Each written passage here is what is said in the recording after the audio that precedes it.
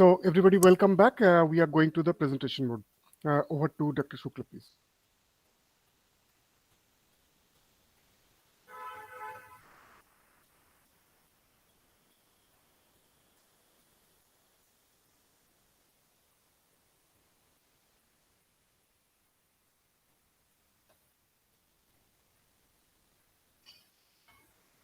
Okay, so can we go to the next slide?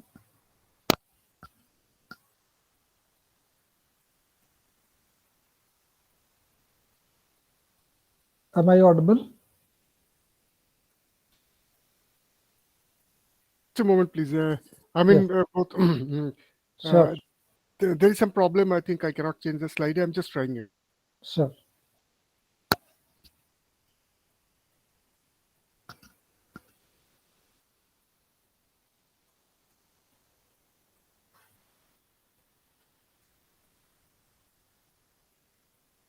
Yes, it is changing now.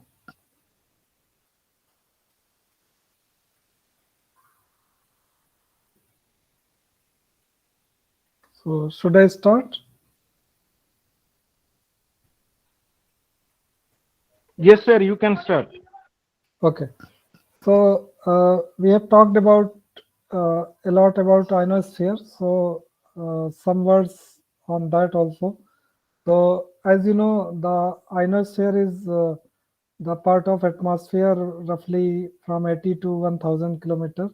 So from the Earth's surface. So this is the part of uh, atmosphere which is responsible for interacting with microwave and signals, and because of that, the signal when it passes through that ionosphere experiences some delay in nanosecond or tens of nanosecond level only.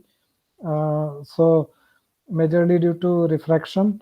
So so what happens, this good or bad thing is that uh, bad thing is that we don't want delay when we go for positioning accuracy or meter to centimeter level accuracy. However, uh, it's reality that ionosphere is there, but good thing is that it is a dispersive medium, means it responds differently to different frequencies. So what happens if we have two different frequencies, and if can you go to the next slide?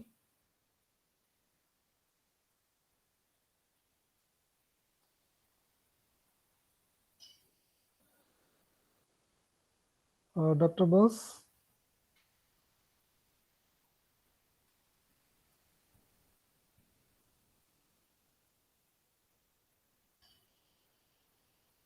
Dr. Bose, any problem? Yes, there is some problem. I'm Okay, trying to work on it. I cannot change it. okay, sure, sure, sure. Let me.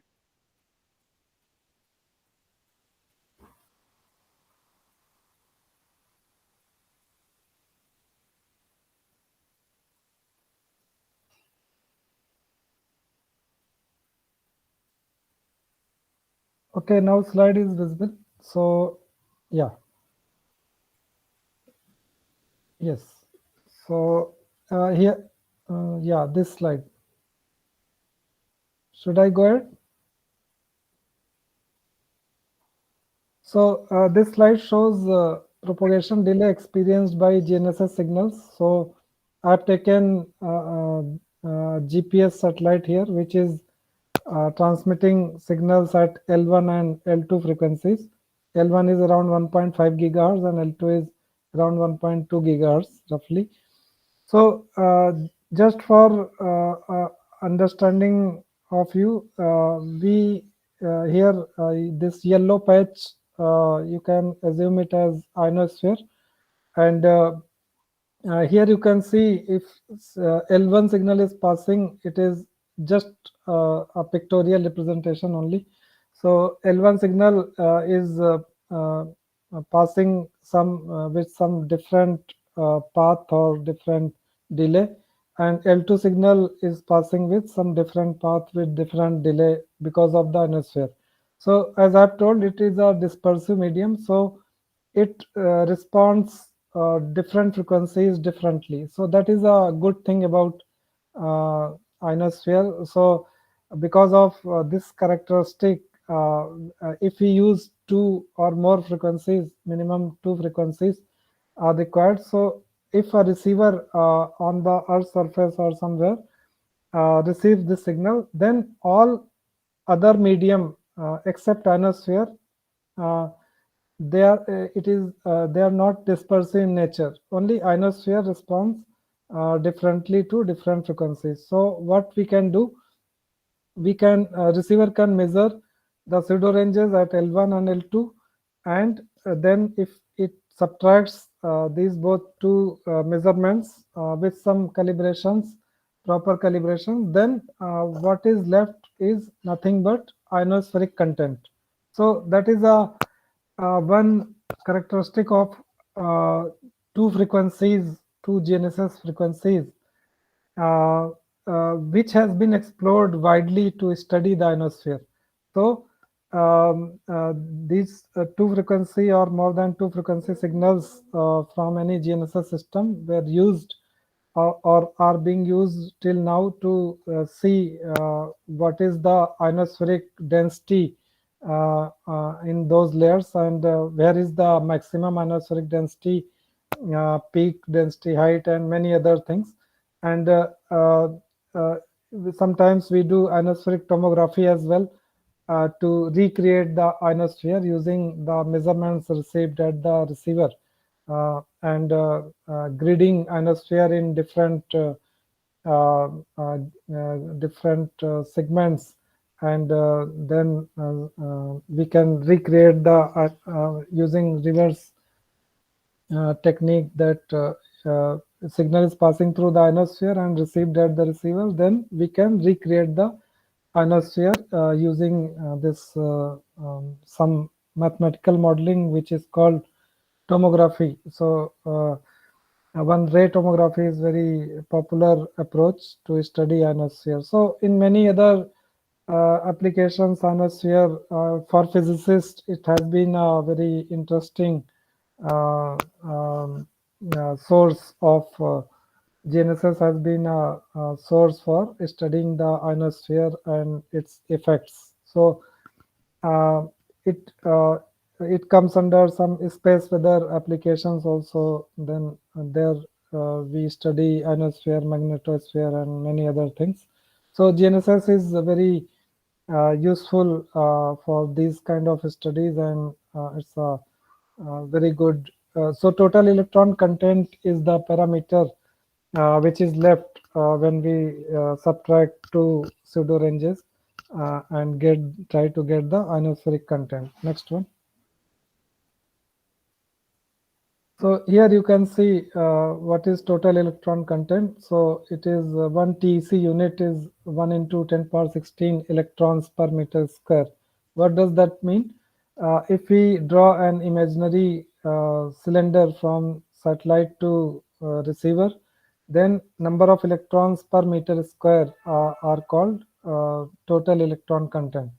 So and so using so 1 TC unit creates around 0.163 meter of delay in range at L1.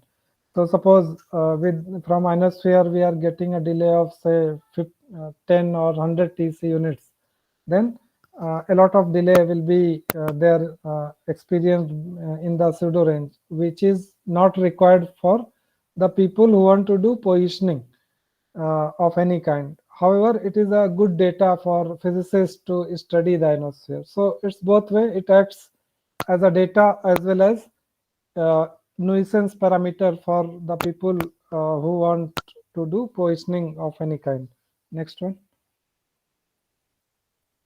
So as I've briefly discussed, there are two popular ionospheric models. One is being used since more than 30-40 years by GPS people. So it's a Klobuchar model. So this is also currently used in NavIC or IRNSS. And grid-based model is very precise model. or very accurate model, which is earlier was being used in wide area augmentation system and Gagan, which are which comes under satellite based augmentation system.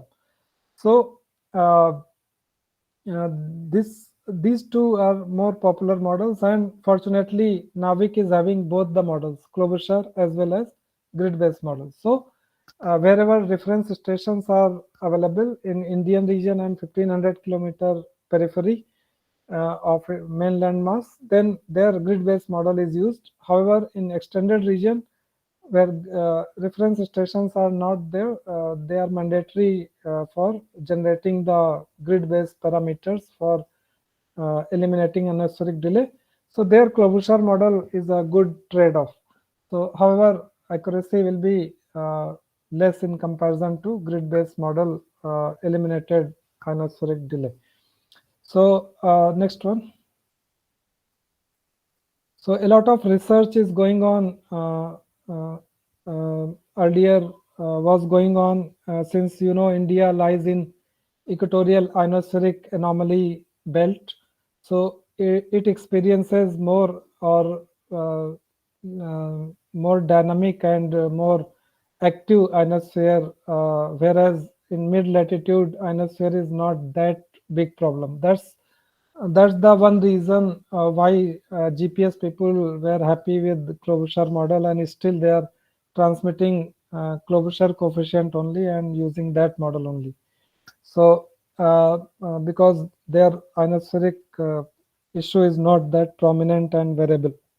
However, in Indian region and other equatorial anomaly belt region, it's a it's not that gentle. So we need to handle it carefully, or we have to have more precise model. So Klobuchar model and many other models are based on the concept of single shell model, where they assume that most of the ionospheric content are coming from a thin single thin fixed single thin shell fixed at a particular altitude. So this is an assumption. So generally they take somewhere 300 to 500-kilometer range, and it is taken as 350-kilometer in Klobuchar model. So they assume most of the ionospheric content is coming from the peak ionospheric region. So so with that limitation, a user computes its delay and then converts it into slant delay, and in its measured pseudo range, and corrects it and then pushes for the positioning. So that way we can clean most of the ionospheric content. However, this model, Klobuchar model, gives only up to 50% accurate estimation of ionosphere, so 50% is still left. So that is why in error budget table you might have seen for single frequency ionosphere, error budget was around 5-meter level. So, but with grid-based model, this error is much less. So that much we have progressed in ionospheric modeling as well. So this is one of very interesting application area. During my earlier time in SAC, my assignment was to develop a grid-based ionospheric model which can uh, respond better to the Indian conditions. So next slide. So this is what I developed that time, and similar kind of version, not the same model but concept is same, is working in Gagan system of India as well as IRNSS system or NavIC.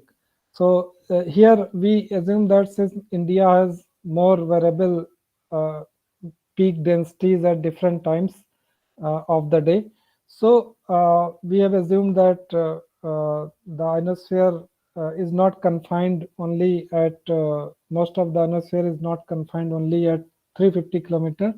So based on the study of some physicists in India of ionosphere using GNSS data, we have seen that it varies from 300 to 500 kilometer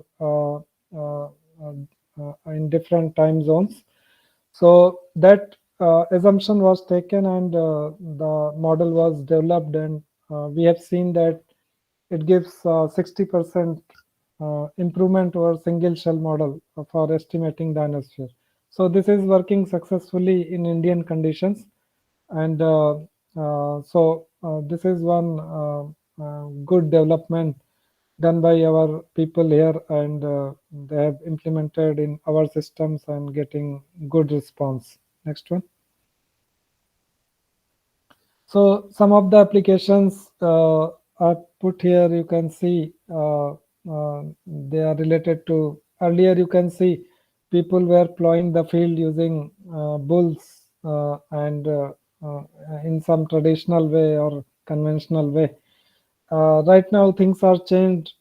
In lower part you can see a gentleman sitting on a tractor equipped with all kind of uh, supportive equipments or machines, and it is equipped with RTK receiver as well, or may use PPP service. So it can put seeds, as I've told, in much finer holes in much finer distances, whereas if you put the seeds or spray the seeds through hands, uh, a lot of seeds will go waste. So that's how the optimization in cost and production has been achieved. Though these things are much better or works much better in cost effective way for uh, larger fields which are not much there in India except in Punjab and some other regions. However, in other countries, their population is less and fields are available fields are very wide, so they can't be done. Agriculture can't be done manually, so they use machines more, and this GNSS technology is supporting like anything, and this comes under precision agriculture domain of GNSS. So precision means you are using carrier phase somewhere, because they are the most precise measurements available, as we have discussed in previous slides. And then you can see some train is coming, so some receiver is on the train and it is tracking the train, uh, giving data to some stations coming up in on the way, or to some master control or some hub. So information of train will keep on going. Means what is the information? Location, where train is going right now, or if it is suddenly stopped because of some accident or something, people will come to know that it is not moving, and velocity is also provided by GNSS system. So very good use is there, you can see. And timing also, some like not in the train, but some reservation counters use timing information also from GNSS. Some application for Indian condition was developed for, because there are unmanned crossings, a lot of unmanned crossings there in India. So a lot of people were getting hurt, or were losing their life because of the unmanned crossings were there. And if train is coming, some vehicle or some person couldn't know, and suddenly train has come, and their life uh, goes in danger, or they can means be dead also by any unfortunate incident. So to avoid those things, ISRO has developed an application and provided to railways, and it is running successfully for unmanned at unmanned crossings. It there is some hooter when train will approach to unmanned crossing. It will uh, sound or start giving sound. So with that sound, people may be alert that train is coming and they may not approach to for crossing the railway line. So these kind of applications which are suited in our condition have been developed and working successfully, and many more applications are under development. So this is a very emerging field, and right now startup environment is also there. So many people are trying to develop GNSS applications, whether per position or velocity or timing or for any other kind of things. So in upper part you can see there is a survey people, there are survey people. So what is happening now in India, in other countries it is already there.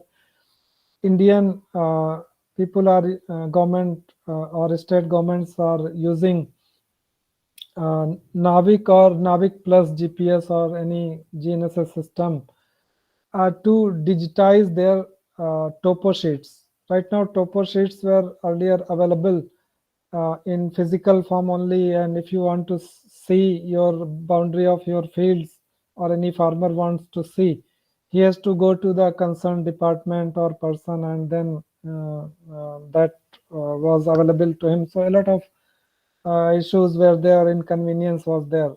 So GNSS system, one beauty in GNSS system is that it can survey any land very fast. Survey method is otherwise very slow. It might be more accurate a little bit, but it's very slow. However, GNSS systems can provide or can do survey with very fast in very fast manner. So with that, GNSS has changed the game, and now GNSS is being used by all the governments or countries to survey the lands and then generating the topo sheet and then digitizing them. And digital maps are available at concerned websites of concerned departments. So now you sit on your computer, just in one click you can see where your land is, and you can get any other information as well. So, and a lot of layers are there on those maps also. A lot of information is there. Some say some tree is there, you want to know whether tree is there or not. So those kind of informations are also there, and means whatever topographies that you can easily see that. And in 3D map you can see elevation also. That is also one big advantage. Whereas in normal topo sheet, normally elevations are not available or marked by contours only, which are difficult to understand by common people. So these kind of applications are being developed. And next one. Now I will touch upon an application which is very important and which is multipath. So uh, so uh, uh, so issue is here how to detect multipath. So there are right now a lot of techniques. Some signals are not coming directly to the receiver, so they are coming with multiple reflections. So those signals are called multipath signals. So as I've told, NavIC is a constellation of interesting orbits of GEO and GSO. So in GEO and GSO orbits, multipath, they experience a different multipath than MEO orbit, because MEO satellites are moving much faster than GEO GSO satellites. So multipath in GSO, we know that the multipath, say if we see the daily behavior of multipath, say 24-hour behavior. So geo satellites will it will, for geo satellites or geo orbits, it will repeat every 24 hour and will remain same. So that we call as standing multipath. So this kind of multipath is not seen in MEO orbits because they keep on moving with much faster speed. And in GSO also some this kind of phenomena is there, though some change is happening. So different orbits are in LEO orbit. There is no multipath at all because they are moving much faster speed than MEO and GEO and GSO. So that's so it's very interesting to study multipath effects orbit wise. So here in SAC I have done an effort to see uh, uh, how multipath can be classified using machine learning techniques. So what we have done, as we know, as I've told, pseudo range is having meter level multipath content, whereas carrier range is having 100 to 1000 times less multipath content. So if I subtract pseudo range and carrier range, so we'll see some slide I've kept. So we can get some multipath information as a parameter we call as code minus carrier. So using that, we have tried to classify multipath signal or line of sight signal or non-line of sight signal. Next one.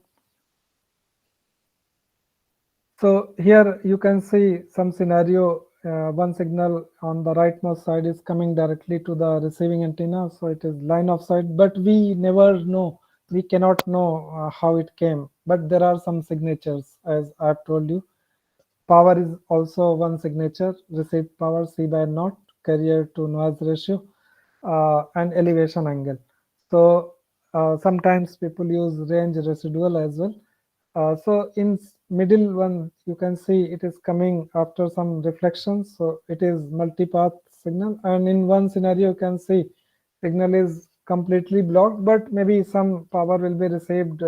But you can categorize it in non-line of sight signals. So as I've told, these orbits are very interesting to study different kind of multipath experienced in comparison to medium Earth orbit signals. So next one. So here in machine learning approach, what we did, there are two popular approach, supervised and unsupervised learning approaches. So for unsupervised approach, we need labels, some reference to train the data. So that is not available when multipath is occurring. Nobody puts anything which can generate a reference multipath. It is not practical and it's very difficult as well. So unsupervised machine learning, which is a clustering based algorithm, so it doesn't require uh, any information about reference level. So it can cluster the data in different kind of choices, like whether it is LOS, line of sight, non-line of sight, or multipath. So first we applied unsupervised machine learning, then we generated the labels, and those labels then can be used in supervised learning, because supervised learning requires labels to train the data. So idea is to reduce the complexity if references are not available, and make the receiver intelligent. And then deep learning approaches are also there. They require more processing, but maybe they are not very practical right now to implement in any receiver to make it intelligent. But okay, we are improving on those aspects, and sometime processing power will be available to cater those kind of implementations. So next one. So as I've told, code minus carrier, if we do, so next slide. Here you can see mathematical formulation and beauty of two measurements, code phase and carrier phase, or pseudo range and carrier phase. So as I've described you, they have difference of ionosphere sign and this integer ambiguity term, and multipath is very less in code phase, where phi is there, and it is high in row content, which is for pseudo range. So if we subtract row, do row minus phi, so you can see everything is gone except ionosphere is with opposite sign. So 2 times ionosphere will be there in the equation, and then multipath, and then some integer ambiguity term. So assuming integer ambiguity is constant, or you have some way to remove that, and ionospheric delay, you can, if you are having dual frequency receivers, you can measure that very well, or you can use grid based model as well.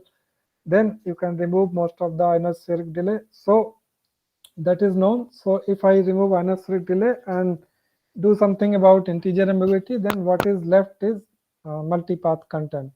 So that feature has been used to train or making the clusters in unsupervised learning, and then some applications we are developing, and our wishful thinking is to put them in receivers sometime later on to make them intelligent, so that if signal is received, they can categorize in levels 0, 1, 2.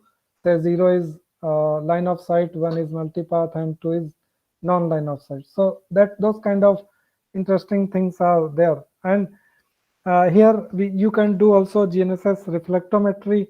I have not put any slide on that, so I'll be briefing a bit here only. So you know, when signal is coming after reflection from a surface to the receiving antenna, so it contains the information of that surface from which it is reflected. So that reflected signal is received with less power. Ideally, we say that if one reflection is there, power is reduced to 3 dB, which is around 50% of the power. And it is coming after 2-3 reflections, then accordingly power will be reduced.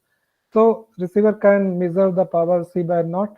So using that parameter and some models, it can find out the property of the surface. It may be soil or ice surface or any other surface, sea surface, or any other thing. So this GNSS reflectometry is a very interesting field, and this multipath, which is a nuisance parameter for position estimators, it is a data for the GNSS reflectometry people. Some people use a single antenna, and some people use 2 antennas. As you know, after one reflection, RSCP signal becomes LSCP, left hand circular polarized. So if they are having 2 antennas, RSCP and LSCP, they can measure these contents with some change in hardware, that is antenna side, and collect a lot of valuable data and develop models to know the soil properties. So this is very important when we do agriculture. There's if we know the soil properties, we can irrigate the land accordingly and put the seeds, put the fertilizer accordingly. So that again will be a cost-effective way of GNSS application, that is reflectometry. Next one. So here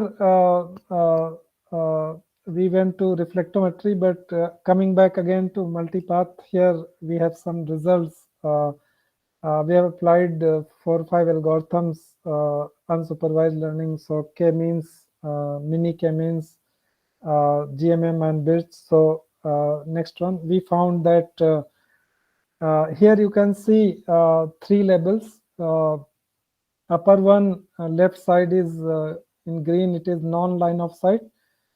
In lowermost, in blue, dark blue, it is line of sight, and middle one is multipath. So in x-axis, there is elevation angle, and y-axis, this is code minus carrier. So as I've told, code minus carrier, if I remove ionospheric delay and take care of integer ambiguities, which are constant if loss of log is not there. So this y-axis shows in a way multipath levels. So you can see this clustering algorithms have beautifully discretized or categorized these 3 levels, line of sight, non-line of sight, and multipath. And you can see it responds very well with the theory. As we know, on lower elevation angles, multipath will be more. So you can see that at 20° or so elevation angle on x-axis. This green portion, dark green, is more, so that is non-line of sight. So, and middle one is multipath, which ranges somewhere from elevations 20 to 50° for NavIC, and 52 means highest elevation angle is experiencing very less multipath.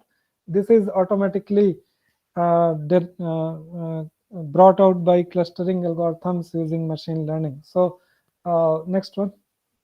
These observations are published in ION GNSS 2022 conference recently in US, and now we are applying supervised machine learning using labels derived from machine learning part, and this has also been accepted in ION 2023 in January. Recently, 23rd to 26th January, it is happening in US, California. So a lot of interesting things are going on, and we are also doing something. So I encourage the speakers.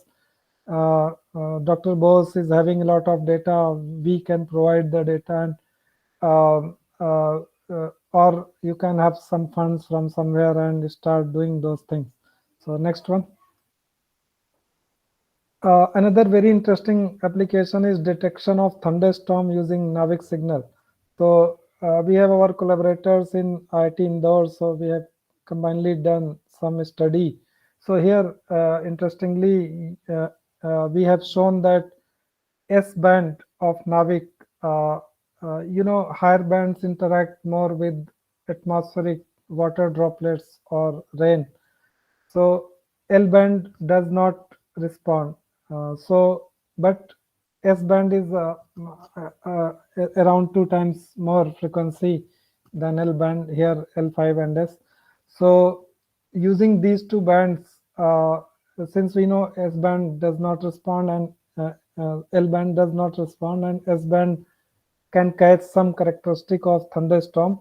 So one machine learning technique was applied here as well to the data collected from GNSS, or sorry, NavIC signals at Calcutta. So there we have shown that S band is capturing some features of thunderstorm. One event we considered and discussed is rainy and non-rainy days, and we used some machine learning technique, dynamic time warping, and we found some signatures, as you can see in this picture, and this was validated using some collocated S-band radar data as well, and the obtained features were in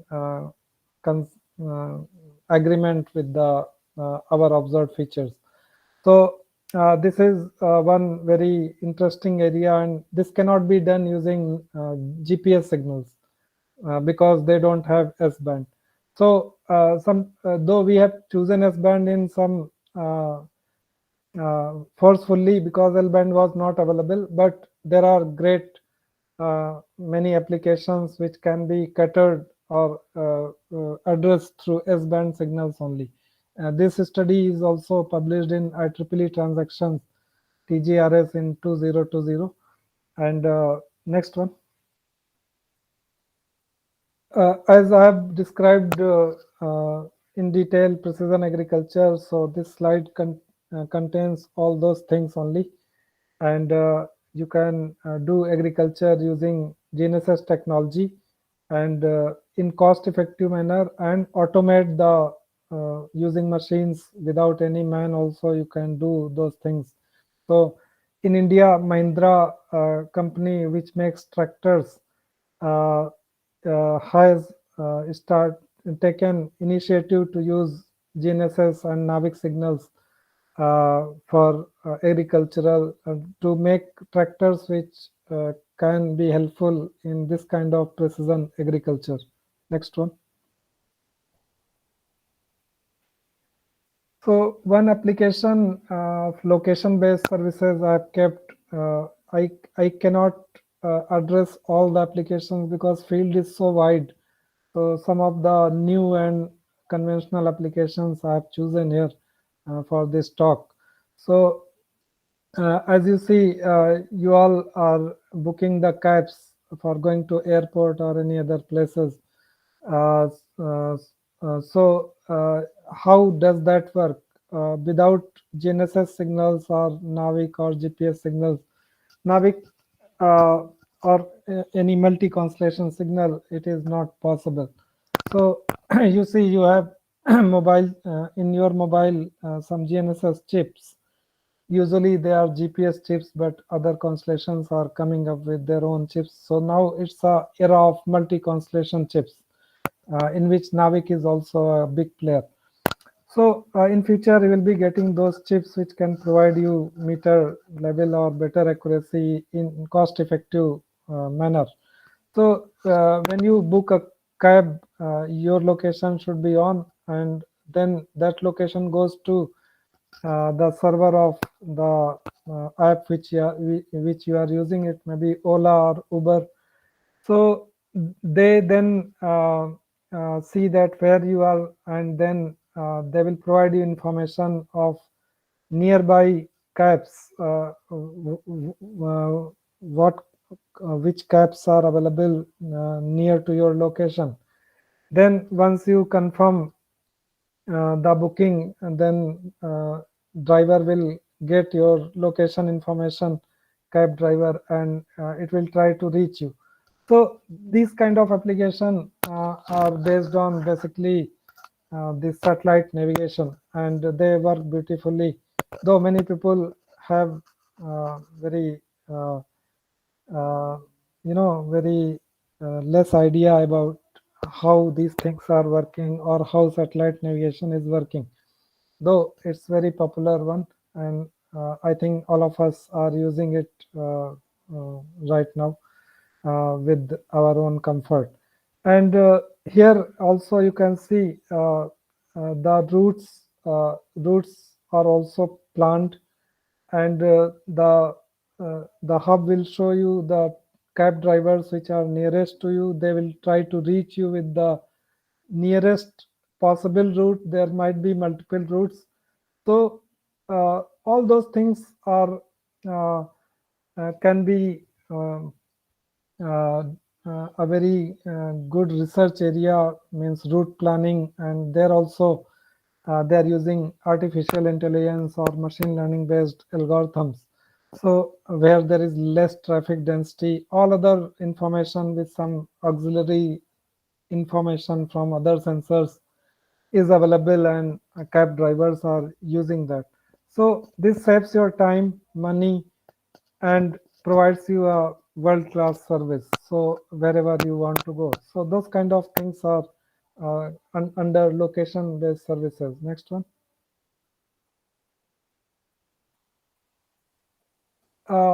I've kept one slide for time synchronization, because time is also a very important application or output of any GNSS system. So many applications can be developed right now. People play video games.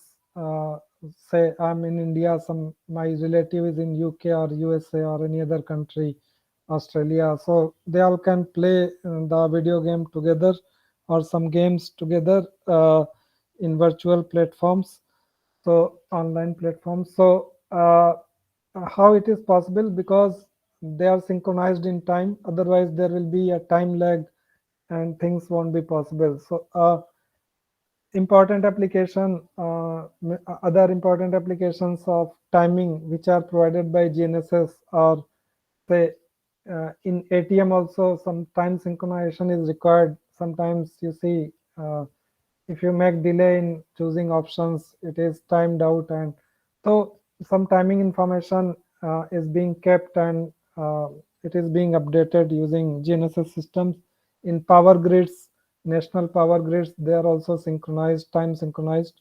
So wherever things are required, so timing receivers are a different class of receivers which are used to provide atomic standard time to the users. You see in right now watches are coming in Apple Watch or any other gadgets. you see that digital time is there. That is the time generated by any GNSS chip which is inside it. So you are getting atomic standard time with your cheap crystal oscillators. So that is the beauty of or a spin-off of GNSS system, which was majorly built for timing information, but then position information. Then velocity and timing are also major applications. One application here for velocity, I will like to mention that say some school bus is there and a driver is doing rash driving and children are inside. So if velocity information is going to some hub which is operated by school authorities, then they can immediately know that bus is not moving with the proper speed. So they can raise a alert to driver that please go slow or drive safely. So those kind of applications are there. There are applications for blind people. GNSS can help them to navigate from one place to another using some other auxiliary devices and some GNSS devices. So next one. One application, unique application in NavIC is messaging service along with position application. So as we know, NavIC first satellite 1A, IRNSS 1A was having some atomic clock issues and it is declared not fit for navigation purposes. So what our people thought that still it had some life. So NavIC has text message facility unlike GPS. So that is one good feature here taken from SBAS legacy. So that messaging feature can be used by what we do. There is a particular agencies like Inquires in Goa. They generate some alerts for fishermen for rough weather or maybe tsunami might be there sometimes. So they generate some alerts and those alerts go to some server in ISRO's control and those warnings through the messaging services which are unique to NavIC other than SBAS systems. So those alerts can be uplinked and then they will be downlinked to the users who are having messaging receivers. So they can be alerted for any such incident which may happen in sea because of rough weather or tsunami or high tides or anything.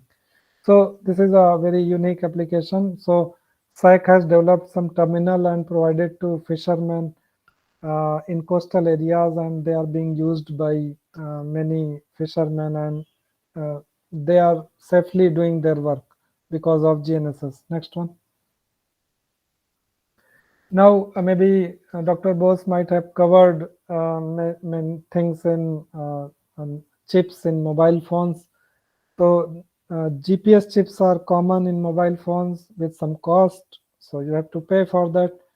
If you are having mobile GNSS services in your car in some applications for navigation, you will have to pay for that. So cost is there, but thankfully GNSS signals are available freely. If you have a receiver, you can tap those signals and do any kind of applications. So now mobile chips have come in NavIC. NavIC chips have come in mobile phones as well. So Qualcomm and others companies are developing some uh, um, circuits or things, hardware which can be part of this sets and using those we can have the NavIC enabled mobiles in our handsets or mobile phones. So that will be a great development, and it is already there in lot of mobile phones. And raw measurements can also be tapped in mobile phones. Google in 2016 has developed an application, Android application, using that raw. Otherwise, only position information is available. Raw data was not available, though chip was there. So Google and other companies have thought, why should we not tap it? Now a lot of research is going on from the raw data tapped from the mobile phones, whether it is RTK, PPP, or any kind of positioning or any other application. So that is a new era recently opened up, and you can have mobile phones, you can do research using that. So that's what is available right now for the researchers. Next one. This survey part I've covered, so we can skip that. You can see in the picture topo sheets and other things are being made. Earlier, in right side, you can see there were physical topo sheets, and now things are being done using GNSS, and digitization is going on. Next one. Now, a very unique application you might have heard during COVID times. They were doing contact tracing. So there also they were using Bluetooth surveys and this navigation information using satellite navigation. That was one application which probably might have saved a lot of life uh, in earlier phase of COVID, when there was very less knowledge about this disease. So the idea was to keep infected persons away from other uninfected persons, so that it should not spread much, and it probably saved at least some lives, we can say. And it was mandatory at some time in our phones earlier. Now things are changing. We have vaccines and other things, though this kind of applications become very handy sometimes. Next one. So this is probably last slide, and I've shown second last slide. So I've shown some more application which I could not cover in detail. In defense, mountaineering, and 5G signals, 5G things are coming up. There also this precise location of sensors is required. So RTK and other kind of applications are being used. And using 5G and GNSS, we can do a different class of positionings. In upper part, you can see there are launch vehicles, rockets. We are doing or we are using these applications in our launch vehicles to some applications, and then reusable launch vehicle project of ISRO, they are also using some navigation, NavIC based navigation and other things. So India has slowly become self-reliant and independent, and a lot of mobile chips, many other equipments, receivers, gadgets, they are coming up in future and will be part of our daily life along with other constellations, because this is the era of multi-constellation things. No single constellation is fashion right now. So those things are available and will be available in future, with more, like NavIC is coming with L1 frequency as well. Other systems are also expanding in some way or other in frequency, bandwidth, or many other things. So many things are being done. Uh, and in one slide, you can see that disaster management is being done. So there also this GNSS plays a great role to identify the people or to reach the people in shortest way. Say there is some forest fire, so people have plan of that route and they can reach to the needy people in shortest possible time.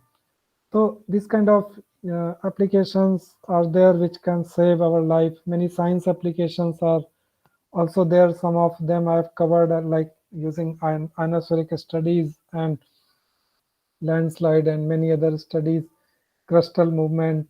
There is a movement in our Earth. Crustal continents are moving, glaciers are shifting or moving.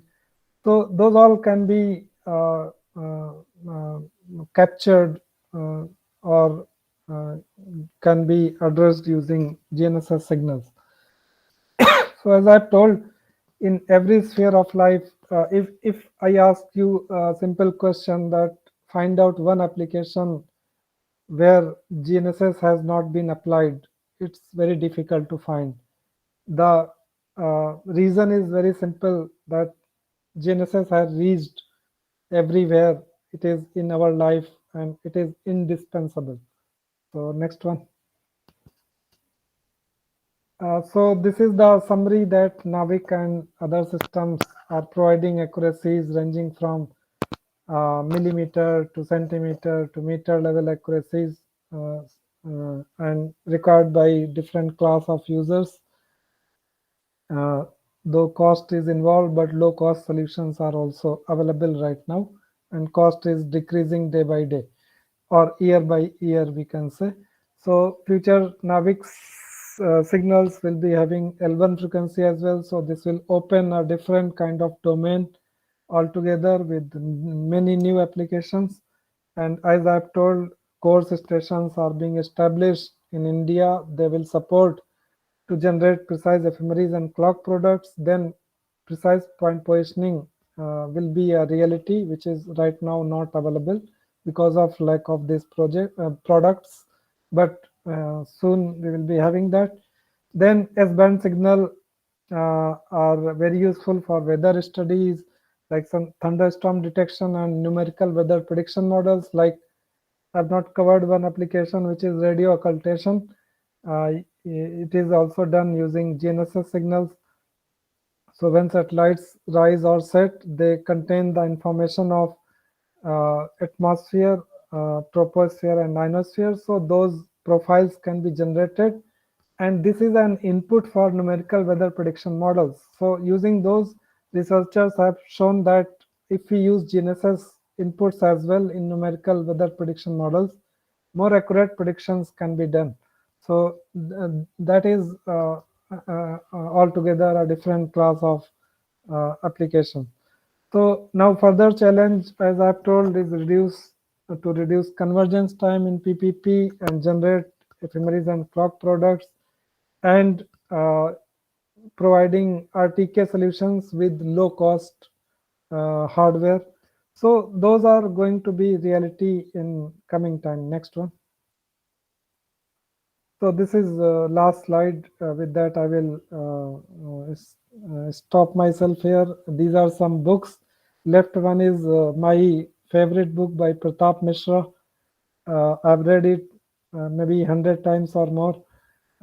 Most of the chapters and some of the designs we have made here in SAC in our receivers, and they are running successfully. So we have learned a lot. And in the middle, there is a book from Kaplan and Haggerty. This also was part of our development, and they taught us a lot. And one more book is new one. It covers GPS, GLONASS, Galileo, Bedo, and mobile devices, chips, how they are being applied. So thank you for listening and being patient with me. And if can we have questions right now, or I think it is already 1920, so okay? only 10 minutes. So for a long time you are talking. So I'd request, there are a few questions. Yeah, Take the questions and finish it up. But before you proceed, you take some rest and maybe 2-3 minutes. We are very okay. happy that only today one paper is accepted from our group on how to use mobile phones. That is basically has Oh, been great. written from very common users, how to use common smartphones, yeah, how you will use it. Actually, I have a presentation on next week. So before that it is published, so I will distribute it amongst you, how to classify different types of apps, how to collect data, including raw data, what Dr. Shukla has mentioned, how to collect raw data. So it's a new, I'd rather say, new aspect from the Indian Right. perspective.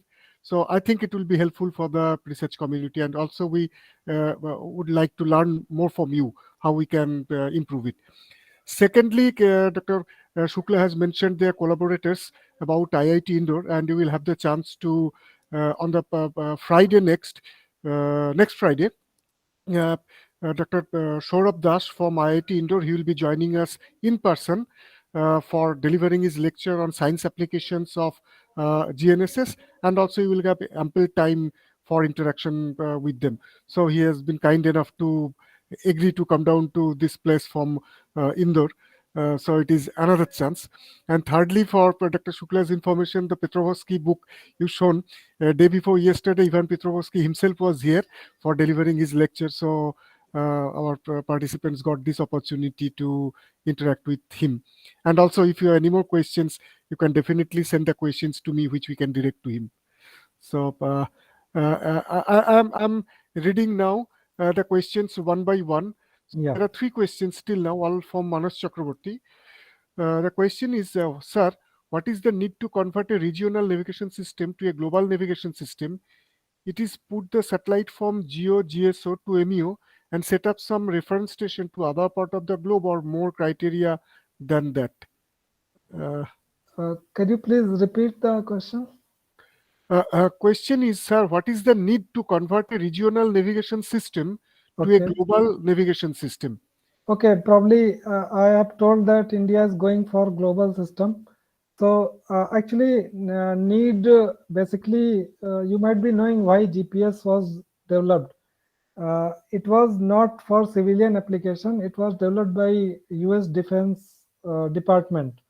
So idea was to drop some bombs precisely at some location. So because of their national security aspect. So Sir, so actually, sir, I don't want to know the need. Unfortunately, type it, sir. I want to know that what is the conditions, or what is the some prospects that to convert a regional application to global application. As you said that the India is going to convert the regional system to the global system. yes, I'm Like, addressing that question only. So just a bit background. So what is happening now? India is becoming also slowly power to reckon with among other superpowers.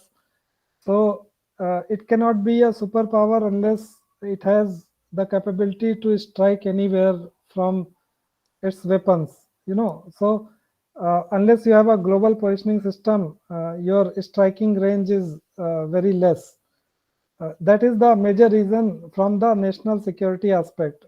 I'm not endorsing any war or something. However, for national security, every nation is concerned with that part, and so they want to. They have successfully developed this NavIC, and it is working very well. All the concepts have been understood, and accuracy is achieved.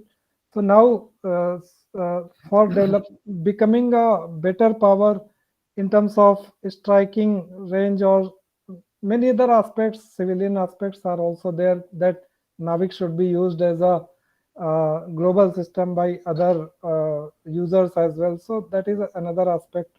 So because of yes, all those things, it yes, sir, has sir. driven our people to go for global system. Sir, I understand it, sir. I just, sir, to keep the all the our regional satellite from GEO or GSO to the MEO is sufficient for convert the regional satellite system to the global satellite system, or more than that criteria is needed to convert from this regional satellite system to global satellite system. It Your question is good and is interesting. So answer is in the we have regional system. So this may remain a part of the global system, but for going global, we need to have MEO satellites as well. So maybe right now things are not fixed what kind of combination India will try to adopt, but definitely they will like to keep regional satellites which are already there, and they will try to extend with MEO satellites. Okay, That kind of philosophy they may take for okay, sir. I going global. understand that in construction of the satellite that you told in your lecture that the MEO satellite have much speed than Right, the G or GSO satellite. That right. so some improvement for our satellite is required to for converting the global regional satellite to global satellite system. No, Yes, regional satellite we will not change. They will there wherever they are. But then additionally we will launch MEO satellites yes, sir. Yes, to join them. yes, sir. Understand, So sir. Thank you, sir. conversion means we are not going to convert the payload or satellite itself. Okay, sir. Okay, sir. Yeah. Thank you. Some question was popped up for Gagan. I think somebody asked what are the additional things Gagan is providing to make it more accurate. So can I answer that question? Yeah, sure. That's So from generous actually, Gagan is generating 3 additional corrections apart from whatever is coming from GPS normally. So 3 additional corrections are over orbit, over clock, and over ionosphere. So as I told, GPS uses Klobuchar model, GPS system, but um, Gagan is based on GPS satellites only, GPS constellation only for Indian region. Uh, there is a grid-based model in that. So additional ionospheric parameter for grid model it generates, which are more accurate than Klobuchar, and uh, ephemeris and clock corrections are being transmitted normally in a legacy or conventional system, but Gagan, with the help of additional ground stations in the setup, it additionally generates ephemeris, more accurate orbit, clock, and ionospheric corrections. They are uplinked and then provided to the user. That way, uh, our accuracy is improved. But Gagan is not meant or known for only providing better accuracy. It is a safety of life system, and there is one term, integrity. So integrity means it provides you confidence that you are whatever signals you are using, they are accurate. However, GPS, normal GPS or conventional GPS doesn't give any guarantee. Any NavIC system also doesn't give any guarantee. But when it is a safety of life system, say Gagan or VAS or satellite-based augmentation system, they provide you the feature of integrity, which is more important or equally important than as well as accuracy is. So the idea is to provide you a confidence in the signals, and if they are not good, it will provide you timely warning in 6 seconds that please don't use these signals. They are not useful for safety of life for some time. It might happen because of severe ionospheric activities and many other things. So that is the feature in Gagan, which is not in conventional navigation systems. So hope I have answered your question. Some lady Okay, has okay, been, sir. Thank you, sir. yeah. Okay, sir. And there are two more questions. One second from Manos. Uh, he has asked what are the grid model of ionosphere used by NavIC? Is it same or similar to NICWIC? And okay, so this is the other question Yeah. I will take up next. AnyQuick is a model used by Galileo. So Galileo has done a lot of new things over GPS, and some of them GPS is also adopting in their modernization program. So because earlier GPS is now bit irrelevant, and if not irrelevant, it has to be modernized. So many things they have learned from Galileo program, and uh, grid-based model is a different kind of model, whereas where we generate some vertical delay parameters in some 5 by 5 degree grids in latitude and longitude, and then in whichever grid user is, it will interpolate those values to its own location and then convert this vertical delay to slant delay in its range or pseudo range, measured pseudo range, and it corrects that and then pushes for position. So that is how grid-based model works. And uh, while this any quick model is a different kind of model based on some physical parameters. Some of them are used in Klobuchar also, similar kind of philosophies. So semi-empirical or physical model, it's a different kind of model. So but its accuracy is better than Klobuchar. So to inform you here only, NavIC is also going to have any quick model as well, because it has seen that it is a bit better than Klobuchar model. So Klobuchar and grid-based model are already there in NavIC, but since based on the studies and other things, it is adapting any quick model for NavIC in modernization program in NavIC as well. The last question, if not anybody asks, because it is already 9:32. So you mentioned that in near future we can get the L1 band in our region. Yes. By this band, which type of facility we will get from it? Then for dual frequency receiver, which two bands can be preferred from L1, L5, and S? Yeah, with three frequency, as I have told you, in precise point positioning, convergence time is an issue. So we can reduce that convergence time using three frequencies, and as well as integer ambiguity resolution in RTK kind of or differential things. They are also takes more time. So with three frequencies, we can with much faster way we can resolve the ambiguities. However, if we use three and ionospheric error also there, we can have some advantage with three frequencies. However, if we take linear combination, any two frequencies or three frequencies, so we do difference of pseudo range for eliminating ionospheric effect. So one difference creates root 2 times noise, and if we take three frequencies, we will have to do more differencing. So some noise will be there, but it can be smooth using carrier-based code smoothing.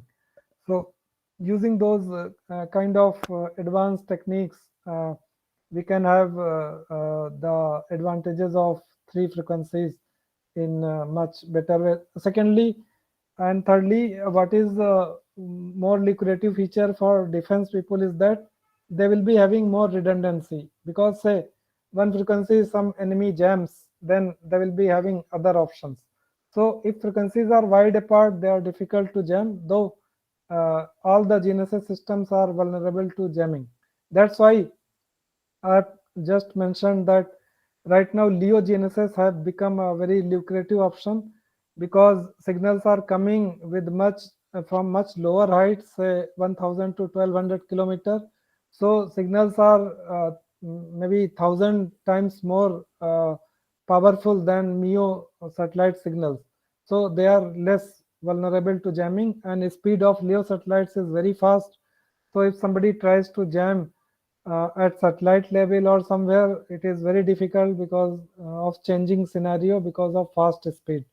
So a lot of these advantages are there. So people are looking for LEO based GNSS right now, or a combination of those things. Those studies are also going on. Okay, sir, I understand, sir. Well, thank you, sir. Okay. Okay, Any thank you other very question? much. So if you have any more question, you can open up your microphone and just ask the question. I think some messages I'm seeing, but I don't know their questions or. No, the participants are thanking you for Okay. interesting and insightful talk. Okay, I will encourage to ask if there if is no any other question is there. okay, sure, we can, but Also, if afterwards it happens that afterwards when you are recapitulating, some question comes, I would take this opportunity to, you can send a question directly to me. I Yes, will yes, you can email couple them me, or together participants and can have yeah, my email ID. They can interact. I will be happy okay, to okay. I address. will share your email ID with the Yes, participants, so yes, you have the sure. direct contact. They can and now on behalf of all of the participants and obviously the organizers, let us thank Dr. Ashis Shukla profusely for his long time he has taken for starting from the very basics and how different types of application. He have prepared the background, then he went into the cases why the background is needed to understand the different types of applications. So thank you very much.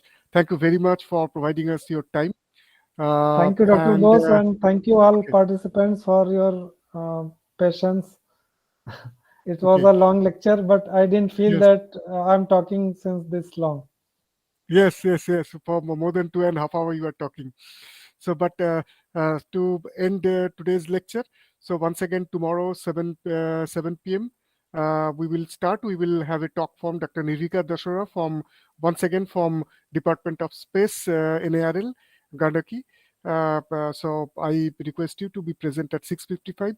And secondly, today is a very special day for India. It is the birthday of one of the prominent sons of India, Swami Vivekananda. And I think it's a great way to convey our honor to him. So many young people, they are engaged in asking question and this type of activities. So being a karma yogi himself, so through your work and through your exercise, so I think it's a great way to convey our honor to him, not by words but by your work. So once again, thank you very much to Dr. Shukla and to all the participants. And till we meet again, a good night. Over. Thank you, Dr. Bose. Good night to Good all of night. you. Good night.